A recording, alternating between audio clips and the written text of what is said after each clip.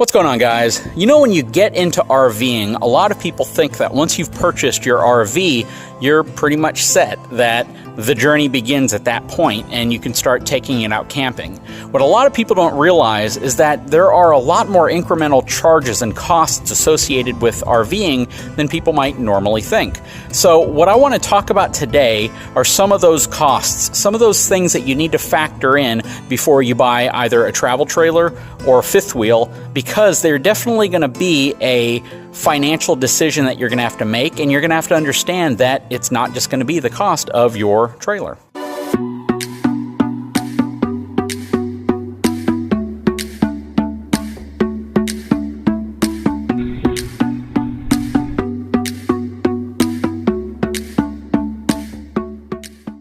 So one of the biggest costs associated with a travel trailer or fifth wheel, of course, is going to be the travel trailer and fifth wheel.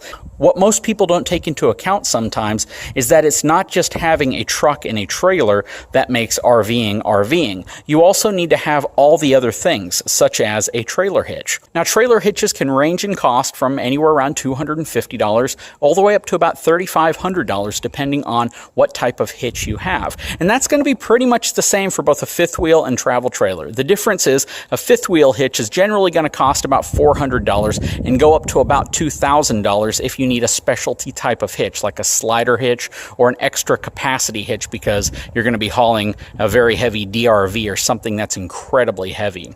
On travel trailers, the hitch is also going to go up incrementally with the heavier weight of a travel trailer, but the difference is also going to be whether you have a very high-end weight distribution hitch system or you have an extremely high-end weight distribution sway control or sway elimination hitch system, such as a Hensley hitch or a ProPride, which can cost you in the thousands of dollars. When you're looking at your traditional weight distribution hitch system, like the Equalizer hitch, which a lot of people choose to go with, or a Fastway E2 hitch, which a lot of dealerships sell when you buy your travel trailer, you're generally looking in that $300 to $650, $700 range for the hitch. Now, when you factor your hitch in, you also need to understand that maybe you need something extra special for your truck. So in the case of a dually, or in the case of a 3/4 ton pickup truck hauling a fifth wheel, you have to make sure that you have a truck equipped with either a puck system or that you have the proper rails and the proper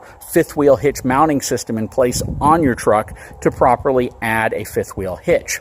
That being said, you can easily make the cost of your fifth wheel hitch go up by another $300 to $500 when you factor in those other costs, such as prepping your truck for a hitch. I always recommend that if you're buying a 3/4 ton up truck and you could be towing a travel trailer, a fifth wheel, or anything like that, you go ahead and get the camper package, and it just makes sense to pay the $300 to $500 to get the factory puck system and fifth wheel prep system included on the truck. Now that you've budgeted for the cost of your travel trailer, fifth wheel, truck, or tow vehicle, and your hitch system, you're also going to have to make a trip to the store, whether it's an Amazon store or whether it's a Walmart or some store, to get equipment that you're going to need to make sure you can properly set up and use your travel trailer or fifth wheel at an RV park. For instance, you're going to need leveling blocks.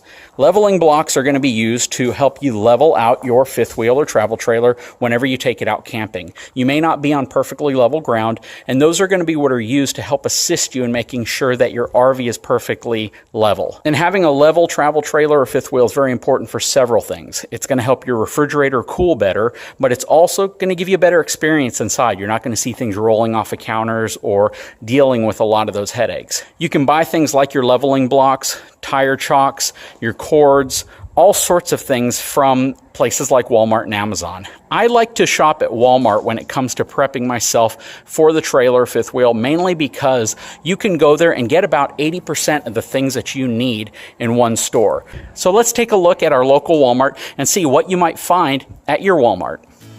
So Walmart is generally pretty good about stocking up on things that RVers may need, whether it's replacing something you already have or whether you're just getting into it for the first time and you're trying to stock your trailer up with the essentials. You're going to need things like sewer hoses. You're going to need things like the capsules and the tablets that you drop into your toilet to freshen up your black tank whenever somebody's in the restroom using it. You're going to want things that help you see exactly when your tank is clear, as well as some of the cleaners and the conditioners and detergents that are used to clean off mold, mildew, condition the slides, as well as just maintain your RV from an exterior and an interior perspective.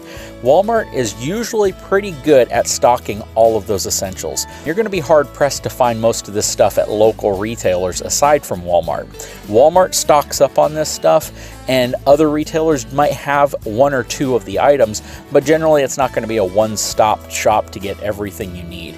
Now, from a financial standpoint, it really doesn't cost a lot to get the essentials that you need, such as your hoses and lines and cleaners and all that stuff. I do recommend that you stock up on things like a power drill, maybe a small generator, tools, things that you can keep in your RV that can help assist you in the event something breaks or you need to do work on it, or if there's a power failure.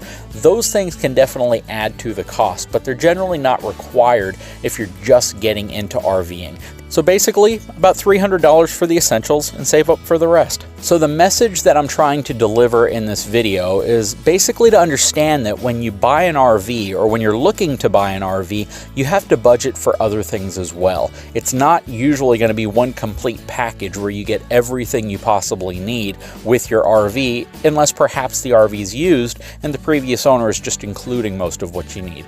But 9 times out of 10, you're going to have to make a trip to Walmart. You're going to have to buy a bunch of stuff off of Amazon. You're going to have to get a hitch. You're going to have the right equipment to tow your trailer with. And that can usually add up to a total between about $800 and $3,000, depending on what you need.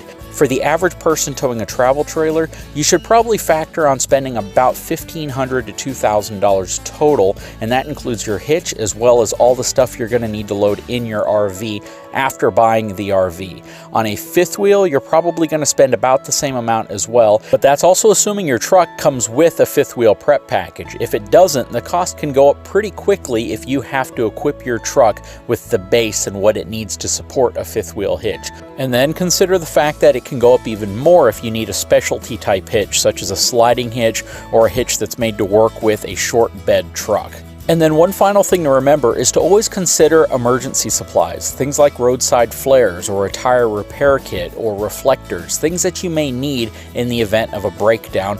Also, you should consider things like a first aid kit as well as a portable battery jump kit.